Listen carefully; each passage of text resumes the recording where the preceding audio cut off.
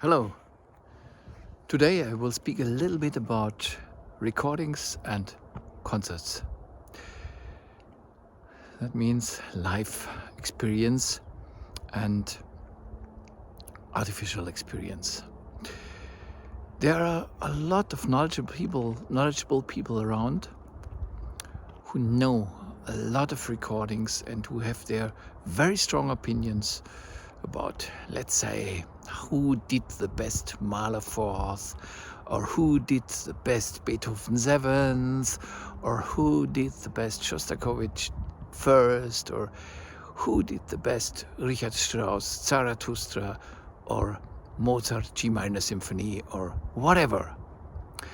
And there are some very particular aesthetics about historical recordings. So there are the fans of Toscanini. And many of them, of these fans of historic recordings, never go to concerts anymore.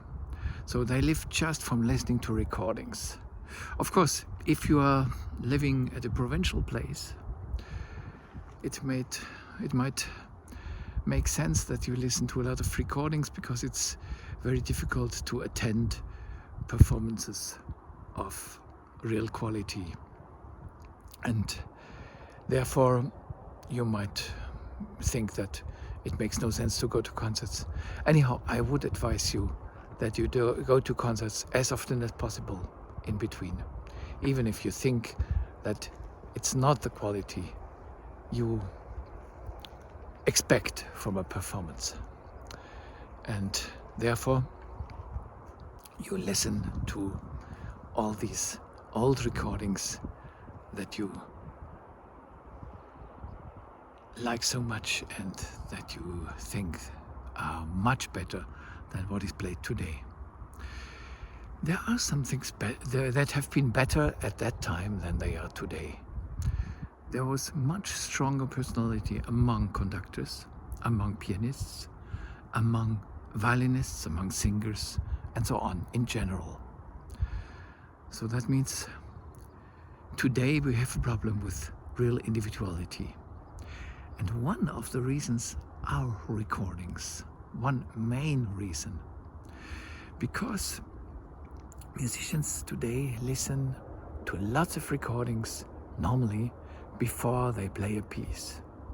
And even conductors, professional conductors, conducting for many years, having high positions and so on, they listen normally to many recordings before they make some decisions how they do it.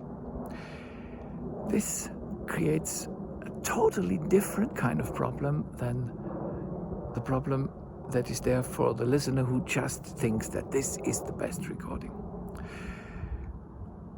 If you are one of these fans of Toscanini or of Furtwängler, which is the opposite in a way, or of Klemperer, or of George Szell, or of Mitropoulos, or of Stokowski, or of Fritz Reiner, and so on, you will have your favorites everywhere. But you must know that at that time, acoustics have been very decisive for the recording, much more than today. So we have these very dry sounding recordings of Toscanini, also of Mitropoulos in New York, also of George Szell.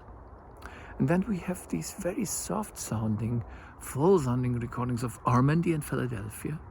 And we have these, in a way, wonderful sounding recordings of Fritz Reiner in Chicago. So if you are a great Mitropoulos fan, you will also be used to very dry acoustics, to very harsh sound. Same to a very high degree with Toscanini. So if you listen very often to these things, you think that this is the real sound of such a piece. But the sound is very poor and very dry. And so if you go to a concert, you will never have an experience like your Toscanini or Mitropoulos experience, or Szell. And so this will create a kind of fingerprint upon your listening. So you are not anymore a virgin when you listen to the piece. And of course, we always try to become virgins again when we listen to a piece. to listen to it as if it were the first time. But it's almost impossible if you listen very often to one recording or to also two recordings which you think are the best ones. And you will then think others are wrong. But this is one thing in particular why I would really advise to go to concerts and to listen to things anew and only once and never again that performance. But the other thing about musicians, listening to many recordings, it leads to a kind of multiple choice idea about how I perform. And this is why we lost so much individuality. This is a main reason for that. So we try to find this passage from this conductor, this passage from this conductor, this passage from that conductor, and then we do it like a puzzle or like a mosaic. We put it together, and finally the problem is our very personal voice doesn't come through.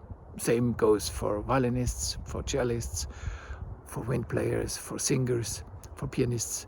It doesn't matter. Also for chamber musicians. If you are very used, like many quartets now today, to the sound of the Alban Berg quartet or of the Hagen quartet or like that, it will restrict your expressivity and your sense of structure in a very dramatic way. But also if you listen to the old recordings, which are much more full of fantasy, like the Adolf Busch quartet or this phenomenal Quartetto Italiano, of course you listen to some recordings of particularly of players from the past, because we can learn a lot from them, but we cannot learn at all how it was. It's always hypothetical. And also we have to know that many musicians were much better live than in the studio, much more musical, and some were never really fantastic live, but were very good studio musicians. So all these things come together and create illusions in the one way for collectors, for listeners who think that's the way the piece has to go. This is the best, always the best recording of that. It's so popular also to have some critics who recommend the best recording of Mendelssohn's Scottish Symphony, the best recording of Stravinsky's Sacre, the best recording of Alban Berg's Violin Concerto, the best recording of Haydn's Symphony Number 101, and so on.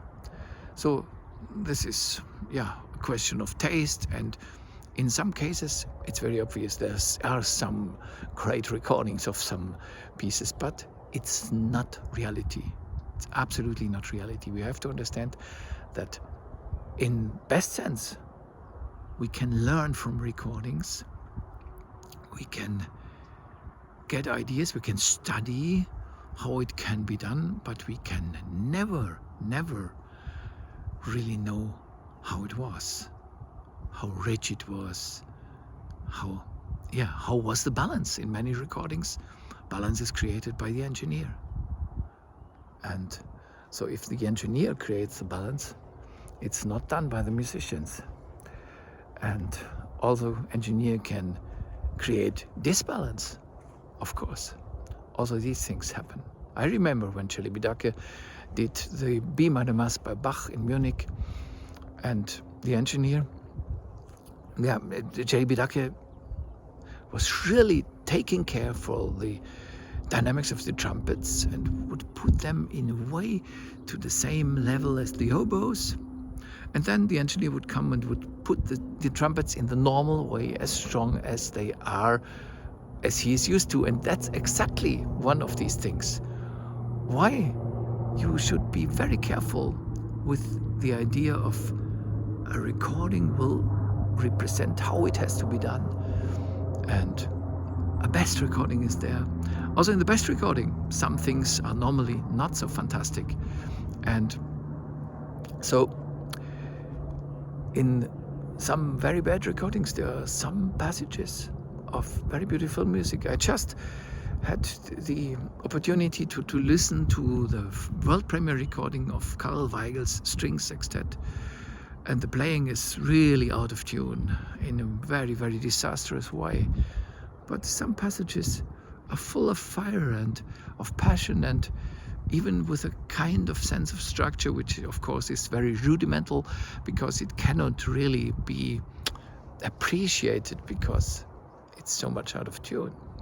So there are many things possible, but to have the ideal performance is an idea that is there since we have these recordings and we have these milestone documents.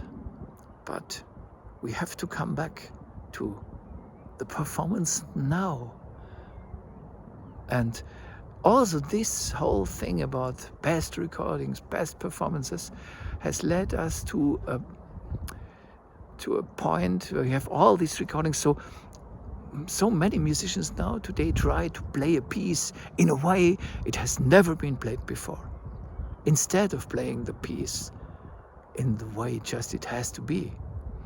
Because there are so many competitors, so you think you have to do it on a very obvious level in another way, instead of really developing the subtle qualities. So take care when you listen to recordings. If you're a musician, take care that you only do it, normally you only do it after having studied the piece closely and having developed your own idea. Then you can go to some recordings and listen how others did it. But don't do it before. And as a collector, as a recording fan, if you can do it, go to concerts again and experience how it really is. So, with my best wishes for today, see you again.